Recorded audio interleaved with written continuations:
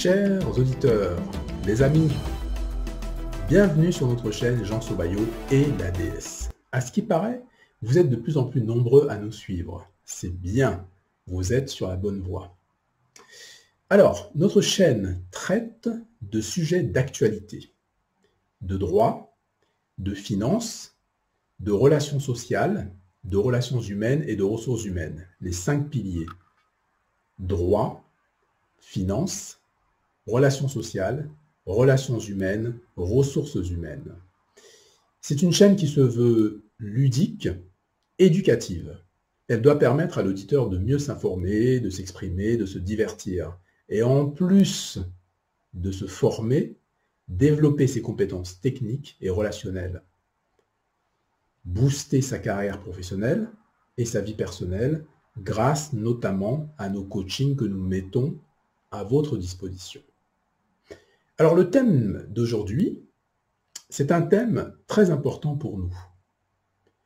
Très important pour nous tous les amis. C'est un thème qui traite d'un mal-être profond qui gangrène la société civile, en créant des dégâts énormes aux conséquences hyper dramatiques. Il s'agit du privilège blanc. À tout de suite. Salut Jean, comment vas-tu? Je vais très bien, la déesse. Merci. Et toi-même? Très bien, merci. Dis-moi Jean, il y a en ce moment, au sein de la majorité présidentielle, une polémique sur le privilège blanc suite aux propos du président de la République, relayés ensuite par sa ministre Elisabeth Moreno, qui affirme qu'il existe bel et bien un privilège blanc. Qu'en penses-tu? D'abord, à titre liminaire, j'aimerais adresser un message à tous nos auditeurs et en particulier aux personnes qui sont dans mon carnet d'adresses et qui sont en contact ou ont été en contact avec moi. Alors, chers amis, vous qui me connaissez ou qui soutenez notre cause, face à ce qui se passe en ce moment, il va vraiment falloir se bouger.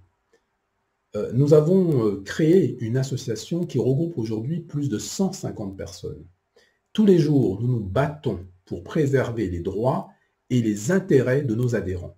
Nous défendons en justice nos membres qui sont inquiétés. Nous aidons toutes les personnes de notre fédération qui font appel à nous sur le plan économique et social pour les aider à mieux s'en sortir en ces temps très difficiles de pandémie et de crise économique. Nous aidons tous les entrepreneurs de notre collectif afro-descendant qui construisent aujourd'hui l'emploi dont vous aurez besoin demain. Alors, vous êtes plus de 600 personnes dans mon carnet d'adresses. Et oui, plus de 600 personnes dans mon carnet d'adresses. À un moment donné, j'ai eu à discuter avec vous. Vous connaissez parfaitement mes convictions. Vous êtes pour la plupart désireux de voir aboutir tous nos projets collectifs. Aujourd'hui, ce que je vous demande, c'est simple. C'est juste de nous rejoindre. On ne vous demande pas d'argent. On vous demande d'être solidaire. Quelques minutes de votre temps, quelques minutes de solidarité. On vous demande juste de la mobilisation. Venez à nos émissions, notamment sur YouTube. Alors, likez nos publications. Aimez nos contenus, donnez-nous la force. Abonnez-vous gratuitement à nos chaînes YouTube et adhérez en masse à notre fédération. Vous savez, l'effort collectif, ça ne coûte rien et ça permet d'aider tout le monde de manière efficace à un moment donné. Prenons pour exemple Michel Zecler. Lui, il a eu les moyens de payer un avocat. Nous sommes des auxiliaires de justice, nous sommes juristes, nous travaillons avec des cabinets d'avocats, nous pouvons vous protéger. Alors, pour protéger vos intérêts, vous avez besoin vraiment d'une fédération qui sera là pour vous au moment où vous en aurez besoin. Nous sommes particulièrement attachés à cela parce que seul, qu'est-ce qui va se passer? Vous allez vous faire balayer comme d'habitude. Il n'y aura aucun changement. Et j'ai envie de vous dire, les amis, le changement, c'est maintenant. Contactez-moi par messagerie privée Je vous donnerai toutes les infos, mais franchement, il va falloir le faire. En attendant, je vous donne rendez-vous samedi sur YouTube, sur notre chaîne Jean Sobayo et la DS à 20h30 pour notre émission en direct live. Venez et n'hésitez pas à commenter, liker, vous abonner et puis participer à nos émissions. Au fait, la DS, quelle était la question? Oui alors, je disais qu'il y a en ce moment, au sein de la majorité présidentielle, une polémique sur le privilège blanc suite aux propos du président de la République, relayée ensuite par sa ministre Elisabeth Moreno, qui affirme qu'il existe bel et bien un privilège blanc. Qu'en penses-tu? Je pense que c'est une belle occasion de se mobiliser, de construire ensemble un plan efficace pour sortir de cette perpétuelle inégalité. Voilà, il y a 20 ans, quand on parlait de discrimination du fait de notre couleur de peau, qu'est-ce qu'on disait? On nous qualifiait de paranoïaques. Aujourd'hui, tout le monde reconnaît, grâce notamment à des études statistiques fiables, qu'un noir a par exemple 20 fois plus de chances de subir un contrôle au faciès que son homologue blanc. Et vous remarquerez que je précise bien homologue blanc. Pourquoi? Parce que beaucoup vont nous dire que si un noir du 16e ou du 17e fait face à la même chose, ce sera différent. Bon, demandez donc à Michel Zecler ce qu'il en pense. Bon, alors, le privilège blanc suit la même trajectoire que la discrimination à l'époque. Beaucoup aujourd'hui se voilent la face parce que ça ne les arrange pas. On en parlera samedi. D'accord, Jean. En attendant samedi, peux-tu nous donner une piste de quoi tenir jusqu'à samedi?